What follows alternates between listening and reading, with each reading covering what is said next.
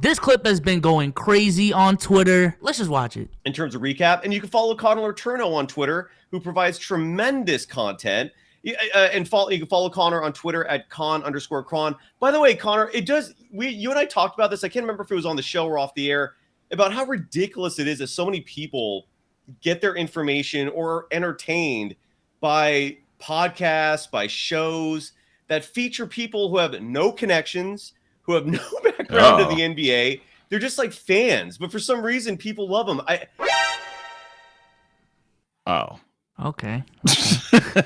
Already right. A lot to unpack. Number one, you started off just plugging your Twitter, and this is your pivot. Go follow @con_Cron on Twitter. You know what's really been grinding my gears lately? How these motherfuckers be making podcasts and talking about basketball with no credibility. Weirdo. I don't know what makes what you got going on special. I guess because you know a guy that knows a guy that who I don't see the appeal, but I'm gonna hear him out. I don't know the guy, but it's just he's not making a lot of sense right now.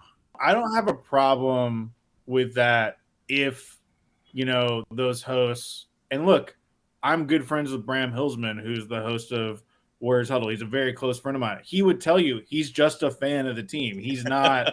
An insider. But the thing that I respect about his show is that he has, experts on and all the time. And I do think that dynamic can be really good. But if a podcast is just a couple fans sitting around and pontificating, why should I listen to you? Because you don't know anything more than Joe Schmo walking down the street. You haven't, you haven't talked to anyone. You don't have any actual insight. I don't think that's how opinions work, though. I don't think that's how analysis works, though. I don't think that's how people work, to be honest. I truly don't understand this gatekeeping shit when it comes to basketball, yo. Like, of all things, it's not math. It's not law, even. Fucking twerps are talking about politics. But for some reason, basketball specifically is where everybody wants to have some elitist type shit where it's like, oh, you need this requirement to talk about this and that requirement to talk about that. And it's a never ending cycle. And it's one thing when the players do it, because at least the players have certain intel that we will just never, ever, ever have unless someone leaks shit. Motherfuckers built like these, though. That's when it get this shit get kind of corny to me, but all right. I agree, bro. Like, this ain't politics. What we're doing, it's very similar to motherfuckers talking about Marvel movies, if I'm being honest. I'm glad you made that analogy. This is just something that we are just watching for entertainment. And as motherfuckers that have been in lunch tables in high school, have real friends in real life, have these really, really good, really, really funny, really, really fun and entertaining conversations. Yeah, I think it's cool for a king of the fourth quarter to have a platform, a podcast for him to chill with his boys and talk about the sport that he loves. I also find it ironic that he is saying this on the very platform that empowered these motherfuckers that he's criticizing and using that platform to grow his own platform. You're a bozo. You're a bozo. The whole point of YouTube is for anyone and everyone to have a voice and for viewers to independently just choose whatever the fuck they want to watch. And I know you know that. So to me, when I see this clip, no cap, Sage, sounds like motherfuckers are jealous. It's jealousy on 20, bro. I mean, you gotta think, right? How are you even in the position that you claiming to be? Like, when you was born, you weren't born and on your forehead it said, I will be an insider. You had to be this same person that you're making fun of now when you was on the come up. Same way artists, I mean, granted, there's industry plants, but there's some like you gotta come up. So eventually, you dissing right now the people who, granted, may have not taken your exact path, bro, but you dissing the person that you were once upon a time. That's one. And two, and I know I'm all over the place a little bit, y'all, but like going back to like the fucking gatekeeping shit to me personally, because that's what's blowing me more so than this guy being an idiot, truthfully. Souls, it's just like let's even use your Marvel analogy, bro. If Tom Holland comes out here, Souls, and I say, nah, bro, no cap, I think Andrew's a way better Spider-Man. Okay, like is Tom Holland supposed to tell me now? Well, hey, until you've acted in a Marvel movie, until you've led Spider-Man, you don't have an opinion on my acting. Does that even sound right? Like, that doesn't happen, but for some reason that's a late, and it barely even happens in football. just basketball, bro. Y'all motherfuckers just, I don't know. I truly do not know. It's also weird too because it's not like anime and, you know what I'm saying, Marvel conversations where we're talking about power scaling and looking at, you know what I'm saying, like you can make a very subjective case. I mean, ultimately there's a fucking story writer that decides, you know, completely different conversation. When motherfuckers talk, they back it up with data.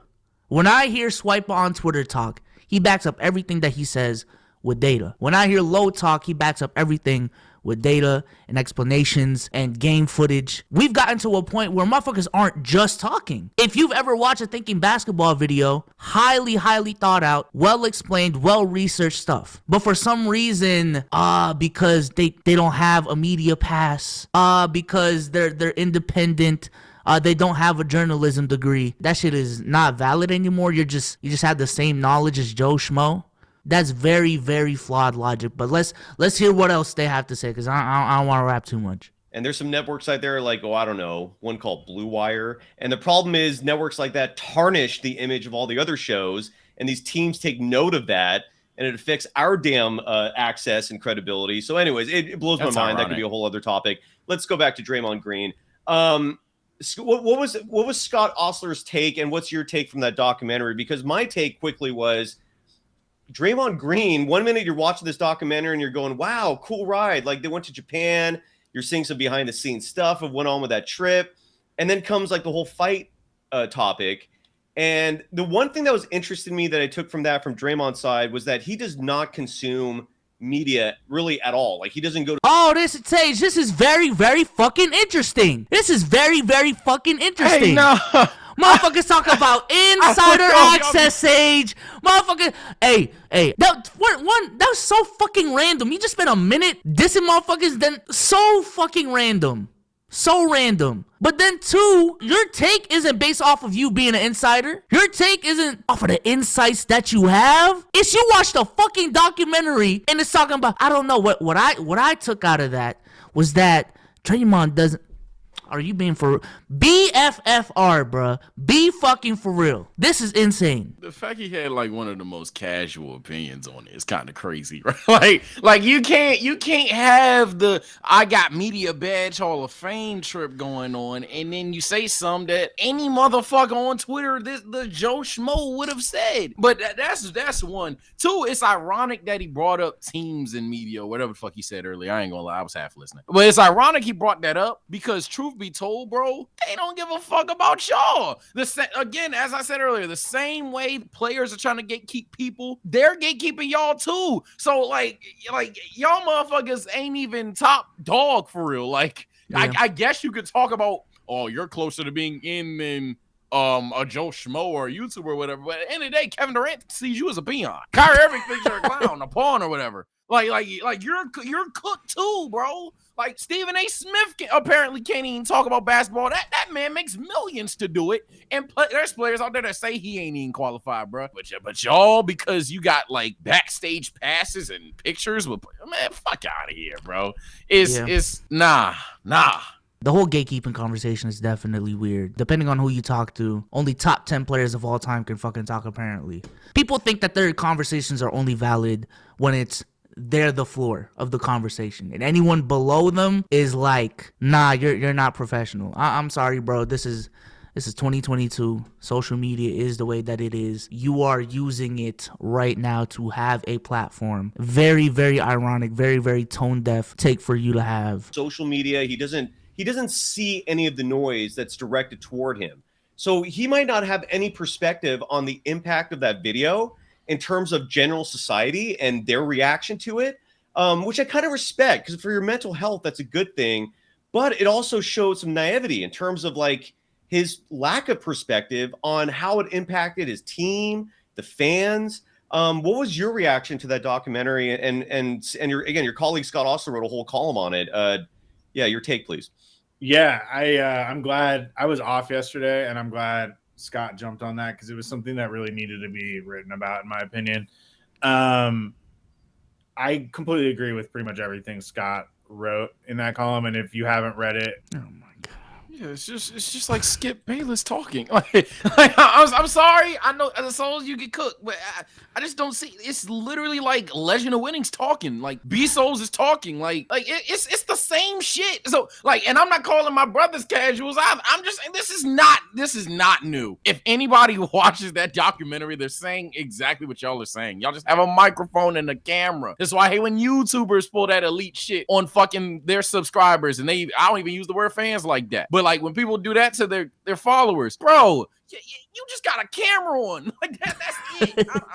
Go ahead, Sauce. I'm just saying that the guy on the left put out a B Soul's Twitter take on the matter. Something I could have fucking extrapolated from watching that documentary.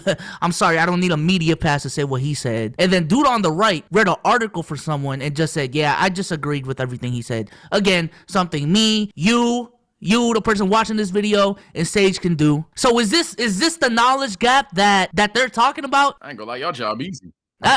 It's just funny because ultimately, bro, this does come from a point of jealousy, because back in the day you needed a journalism degree, you needed connections to have a platform talking about sports. But now, specifically with short form content on the rise, motherfuckers having platforms through TikTok, YouTube Shorts in a matter of a week now, and even on YouTube. I mean, the fact that I have a platform, you have a platform, the Legend of Winnings, the King of the Fourth Quarters, the Swish Shouts of the world also have a platform. It's a different story now. It's the fact that these guys can have platforms without a journalism degree, you know what I'm saying, without the formal training, that I feel like is pissing a lot of people off. And it's fine. It's the new media, baby. I don't know what to tell you. Man, yo, chat. I'm gonna keep it real. This ain't no sad story shit, but it's like the realest shit I have ever probably said on Social Sage, bro. When I was coming up on the YouTube grind, bro, my mom's, I'm gonna say hated it. Let's say did not prefer me doing YouTube. Did not prefer me quitting my job to do YouTube and stuff like that. Cause like the way that she's wired, the era that she's from, she not old, but the era that she's from, you need your degree, especially you a black dude in America, you need a degree, bro. And you need to work jobs with guarantees, jobs with perks and stuff like that. So the reason why I'm bringing this up right now is when you have guys like this that essentially are just heavy on getting up to where they are the way that they did it, it's like, bro, it's not like that no more. Like when I have kids, it's probably Vine 5.0 is gonna drop, and all it takes is 2 seconds of a laugh, and you're the next big thing. Shit changes, bro. And there's new faces with different requirements, and if you think you worked harder, cool, bro. But at the end of the day, don't belittle motherfuckers that at one point in time, I'm gonna repeat myself because it's just stupidly common. At one point in time, they were you, bro. They just got up to where you at a whole different way, or they don't have the title that you have, but they're far more relevant too. If we want to really talk, if we want to really have a conversation, they probably are more relevant in terms of, would you rather talk to some media insider guy or a big time YouTuber? The answer might surprise you. And I know we're on YouTube, so the comments is gonna be biased, but the answer might actually surprise you, factually, which is crazy. Also, to answer your question of why motherfuckers watch these other guys, they don't got boring podcasts. I'm sorry to break it to you. Ultimately, too, it's an entertainment factor. A lot of these, they just got boring podcasts, bro. I'm sorry. Like, I'd rather listen to Let's Keep It a Buck, where we got some ass takes, but we gonna make you laugh. You know what I'm saying? Facts. Like, this shit is boring, bro. This shit is boring. But with that being said, if you guys like this video, go ahead and watch this video right here. And we'll catch you on the next one, man. Peace. Peace.